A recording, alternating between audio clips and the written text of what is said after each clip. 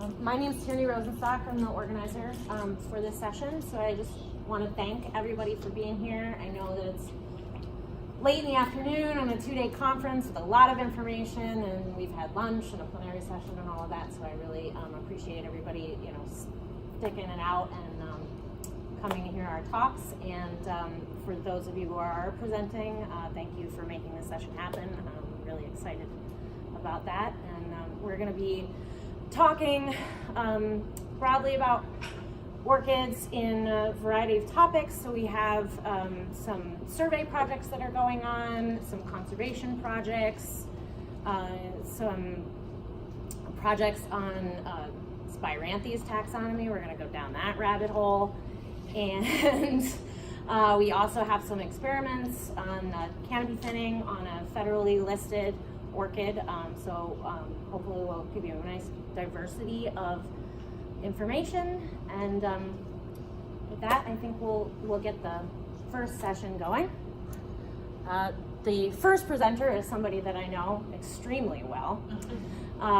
She got her master's in environmental studies from Antioch University, New England, where her thesis focused on the pollination ecology of the pink lady slipper. Since then, she's been a fish and wildlife technician for New York State DEC, worked at a land trust, and now she is a natural resource planner for DEC in the Division of Lands and Forests, working on the forest preserve. And that is me. So we are going to talk about the Adirondack Orchid Survey project that I've been involved with for the last couple of years. So the origins, this is one of those stories where two botany nerds were sitting around and having a chat, and botany nerd number one said, hey, wouldn't it be fun if we did a survey on orchids in the Adirondack? And botany nerd number two said, yeah, let's do that. And then I got an email, because I'm known as somebody who's a little nuts about orchids. Hey Tierney, you wanna come and get involved with this project? Yeah, of course I wanna get involved with this project. So, we started having a meeting. We had our first meeting in April of 2017 and went from there. The participants are mainly New York Natural Heritage Program and the Adirondack Botanical Society, and I'm just going to read their missions because they're both really great organizations. The Adirondack Botanical Society is an organization dedicated to the study, preservation, and enjoyment of the plants of the Adirondack Mountain region. Members may live, visit, or care about the region and strive to educate others about the importance of its plant life and the environment that supports it. The New York Natural Heritage Program has a mission to facilitate conservation of New York's biodiversity by providing comprehensive information and scientific expertise on rare species and natural ecosystems to resource managers and other conservation partners. We do also have, folks like me who are just, have spent a lot of time in their lives being interested in orchids, and other naturalists who are also involved as well. We had a number of goals and objectives. The first main goal was to get baseline. What do we have out there? Where are they? How many are there? That sort of information. We wanted to gather information about trends. When are they flowering? When are they fruiting? That kind of thing. We wanted to check herbarium records too, and see what kind of historical information that we had. We wanted to involve people in field botany, and of course, we wanted to have fun. The methods and tools, I'm going to go over those, and the education and training in detail in just a minute. First, I just wanted to talk about the Adirondacks very briefly. The Adirondacks was designated as forever wild in 1892, and the reason that was designated that way is that people were starting to become concerned about all the clear cutting of New York's forests, and so they designated this as forever wild. This blue line indicates the boundary of the park. It has changed and expanded since 1892. It now includes 6 million acres of land, and it's made up of about 2.6 million acres of state-owned land. There's 800,000 acres approximately of conservation easements, plus private land, and plus other land trusts like the Nature Conservancy also have protected land in the Adirondacks. Adirondacks. So the first thing that we needed to decide was what was our survey area going to be. Now the Adirondack blue line was our starting point, but this is an arbitrary line that humans put on a map. This is not an ecological line. And so, you know, you can kind of see, I'm going to use a laser pointer, look at me. You can kind of see that on the ortho imagery that the Adirondacks kind of expand outside of the blue line a little bit. So what we ended up doing was taking New York State's ecozones and the ortho imagery, and then we ultimately created our survey area, which is this yellow line. So it includes ecozones from the Central Adirondacks, Sable Highlands, Champlain Transition, Western Adirondack Foothills, Eastern Adirondack Transition, Central Hudson, East Adirondack Foothills, Champlain Valley, and a little bit of the Western Adirondack Transition. Okay, so I mentioned the tools and methods earlier. One of the first things that we did was go to the New York Flora Atlas website and look at all of the species that are listed for the counties that are inside of the blue line.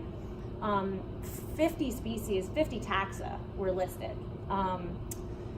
However, that's for the counties, and not all of the counties within the Adirondacks are wholly within the Adirondacks, so some of those records may have been outside of the blue line. So that was one of the reasons we wanted to go to the herbarium to sort of see what's actually inside of our survey area. We developed a guideline document to help people identify orchids, different ways of going about looking for them in the field. This also has evolved over time. After our first year, we sort of went back and sat down and looked at it and talked about different scenarios that people ran into or were having trouble with. How do I record this? And we talked about that. We made a identification key. We didn't really make it. We sort of took out of Flora Novae Angliae the pieces on orchids that we knew were in the Adirondacks, so that was a more concise document for our members to use. We did a phenology chart, and we also went through and listed all of the attributes of each orchid that you should take pictures of, so later on, if we were having trouble identifying it, we could go back and actually look at those photos and actually use them. Because sometimes it's a very small piece of the orchid that distinguishes it from one species to another, and if you don't take a picture of that, then we can't, you know, do that kind of species analysis. So the first thing we did was go up to the herbarium in May or June of 2017 and collect all of the records that were for towns that were inside of our survey area. So that actually took us from the 50 records that were in the New York Flora Atlas down to about 40 that were recorded. And this is us, that's me. These are the same sunglasses I'm wearing on my head right now. Getting taught by Diana Hurlbut about, you know, how those herbarium records are kept and all the information that's on the cards. And this is a nice specimen of the showy lady slipper. I just wanted to show that because it's cool. And it's from 1920. So that was really cool, getting to open up these records that, you know, have been sitting for 100 years, and, you know, getting to see those. So then we needed to decide how we were going to collect our information, and we talked about a few different things like Survey 123 and field, you know, with paper field forms and things like that. And ultimately we decided to use iNaturalist for a few reasons. One, it's free. Anybody can access it. There's a phone app so you can run it out in the field. A lot of organizations are using this now for like BioBlitzes and things like that. And we could create our own project that was private, and you could only, the only people who could participate were people that you invited to the project. We could also create our own criteria of information that we wanted to collect. We can decide whether a particular field is required or not, so you can't submit it unless you fill in the field. We only made a few required, you know, things like what's the species, how many flowers were there, how many, you know, those kind of simple things. But we were also collecting data on which ecozone is it in, what kind of land, is it state or private, conservation easement? Is it, what is the canopy like? What are, so people could really go to town on, how much information they could put in here. And we're also hoping to collect maybe some threat information. Is the plant right next to a trail, or is it a piece of land that's slated for development? Those kinds of things. So this is our project site, and I was actually able to upload our shapefile. So it had the Adirondacks in there, but it had the blue line. But we were able to upload our shapefile and actually put our boundary right into our project. And then here's the sampling of our observations that we've had so far. And then education and training was another component of this. How do we get more people involved in this and train them and teach them how to identify an orchid? So last summer we had an education and training session at the Paul Smith's Vic. We had a group of people who were already involved in the project. We had a few new people, and we also had like a bunch of the summer interns and volunteers that were working at the Vic come and join us in the class. And so we had a classroom component where we just talked about the project, we talked about the guidelines, talked about iNaturalist, and then we took everyone out in the field. There's Steve Young showing a bunch of people how to use a dichotomous key to figure out what species of orchid they were looking at. We looked at rose begonias and white-fringed orchids.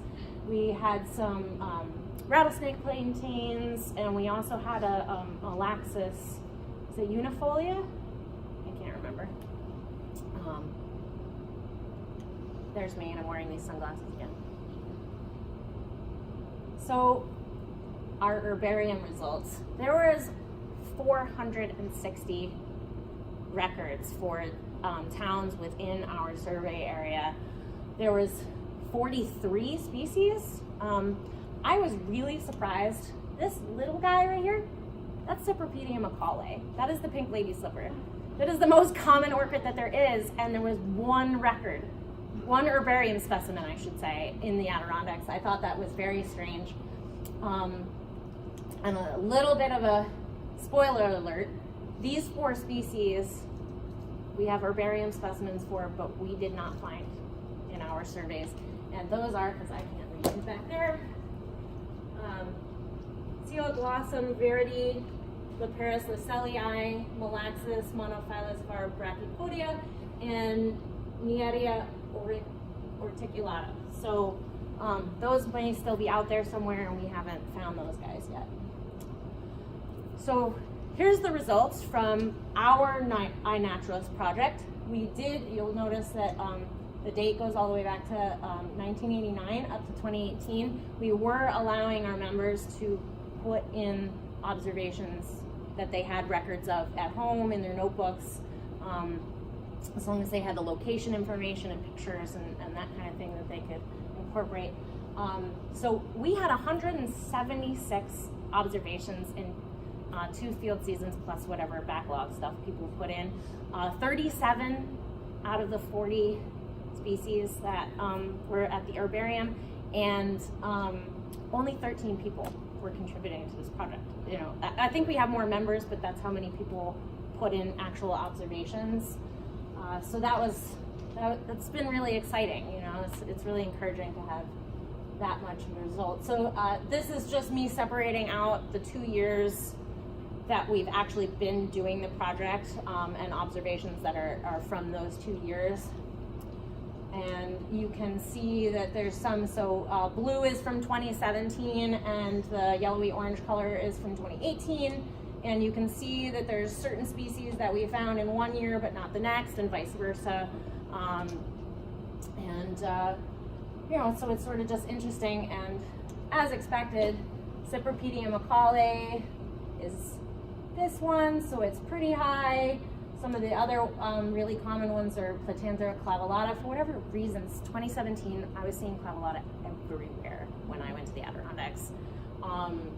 And then, there wasn't as much of it the following year, or people just weren't out in those areas. So, and then the really cool thing about iNaturalist is that you can actually run a query on the entire iNaturalist database, and So I ran a query on the Orchidaceae within the Adirondack Park, which is using the blue line, but it's close enough. And these are the results that we ended up getting. It was over 350 observations. What was the number of species? I want to say it was